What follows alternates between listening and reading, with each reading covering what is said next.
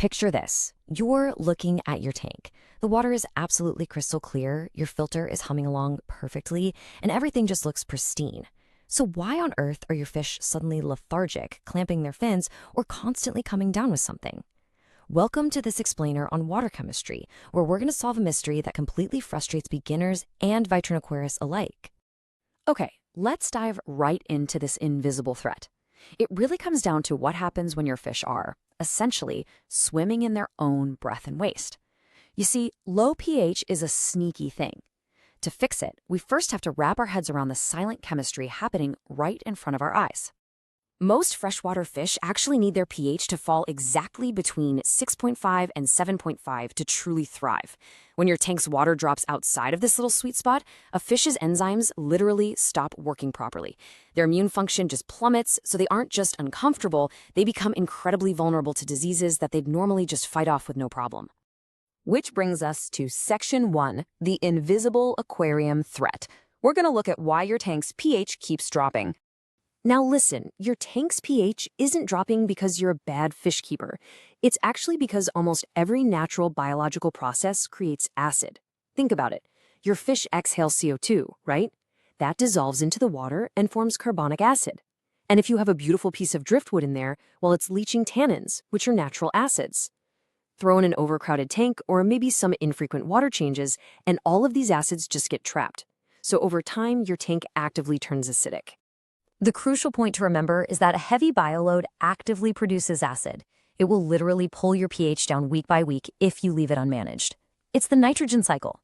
The exact same beneficial bacteria that are keeping your tank safe from toxic ammonia, they're simultaneously churning out nitric acid. It's just a natural byproduct of the cycle. And the reality is, there's a stark difference in what different fish actually need. You absolutely cannot just chase one universal perfect number for a mixed community tank. Take the neon tetra. They actually prefer a slightly acidic environment and are super sensitive to changes. But then look at African cichlids. They need a highly alkaline environment to survive. Knowing your specific fish species is exactly what sets your target. All right, let's jump to Section 2, 6 ways to raise pH. We're going to build your tactical water chemistry playbook. Let's open up our tactical arsenal. We'll start with two vastly different approaches. Method 1 is the slow, self-regulating perfection of crushed coral. If you add just a 1-inch layer to a filter bag, it slowly releases calcium and carbonate over 7 to 14 days, naturally raising the pH by about half a point to a full point. On the flip side, method 2 is baking soda. You dissolve 1/4 teaspoon per 5 gallons in a cup of tank water first, and boom, you have an immediate emergency intervention. But keep in mind, baking soda does not buffer your water long term. Moving on to method 3, we have commercial products like API pH Up. These are highly precise and incredibly beginner-friendly for fine-tuning your chemistry in just a matter of hours. But I really have to emphasize this. Chemical drops are short-term fixes. They are fantastic if you have an emergency, for sure, but they are absolutely not permanent solutions for a chronically acidic tank. Method 4 is actually incredibly fascinating, especially if you have a planted tank.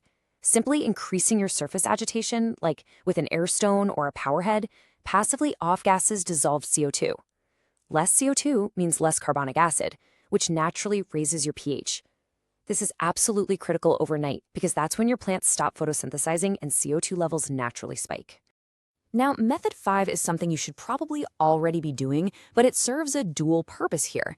If your top water naturally runs above 7.5, a 20 to 25% weekly water change is simply the cleanest, most natural approach to raising your pH. Not only are you introducing fresh alkaline water, but you're also physically removing all those accumulated organic acids that bottled products just can't directly eliminate.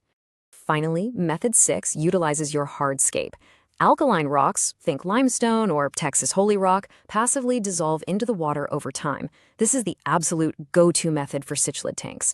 But a quick warning here, mixing tannin-releasing driftwood with alkaline rocks creates this endless, exhausting tug-of-war in your water chemistry. One is constantly pulling the pH down, the other is pushing it up, and your poor fish just get caught in the stressful crossfire. Comparing all these methods reveals one really crucial detail. The fastest solutions have absolutely no lasting effect. Your ultimate goal here is building long-term carbonate hardness, which is known as KH.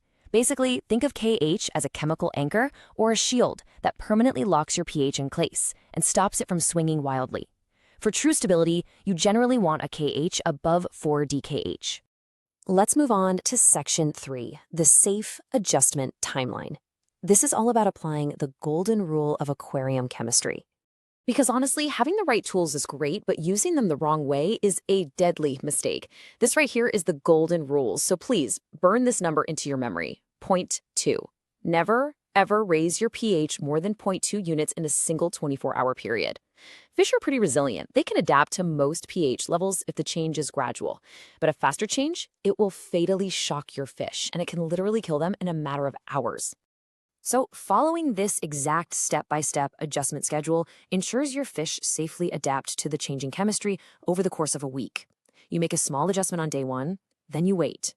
You make another small adjustment on day 3. By day 5, you finally add your long-term buffer, like that crushed coral we talked about, and then you monitor. Patience is quite literally a lifesaver here. All right, let's wrap things up with Section 4, mistakes and next steps. We'll cover avoiding beginner traps and achieving true stability. Even with a solid timeline, there are some common pitfalls that can completely crash your progress. First, never dump products directly into your tank. Always pre-dissolve them in a cup of tank water first. We already talked about the 0.2 speed limit, but remember this too. Treating pH without first fixing your underlying KH shield is just going to cause an immediate crash. And finally, make sure you test your water both morning and evening during these adjustments because your pH naturally fluctuates throughout the day. Modern aquatic science has actually reached a pretty clear consensus on this. Stable parameters provided by a slowly dissolving substrate, like our trusty crushed coral, are vastly superior to the chaotic, short-term spikes you get from liquid chemicals. Stability reduces stress, and reducing stress prevents disease. It's really that simple. To properly execute these methods, double-check your specific fish's needs and find the right crushed coral or highly accurate liquid test kits. You're definitely going to want to head over to the TankZen blog. They have these complete, research-backed guides to make sure you set up a thriving environment right from day 1. A crystal-clear tank can easily hide a chaotic chemical environment. So I want to leave you with this. Ask yourself, are your fish actually thriving in a stable ecosystem, or are they merely surviving those invisible swings? I highly encourage you to break out your liquid test kits tonight and find out. Thanks for joining me on this explainer, and happy fish keeping.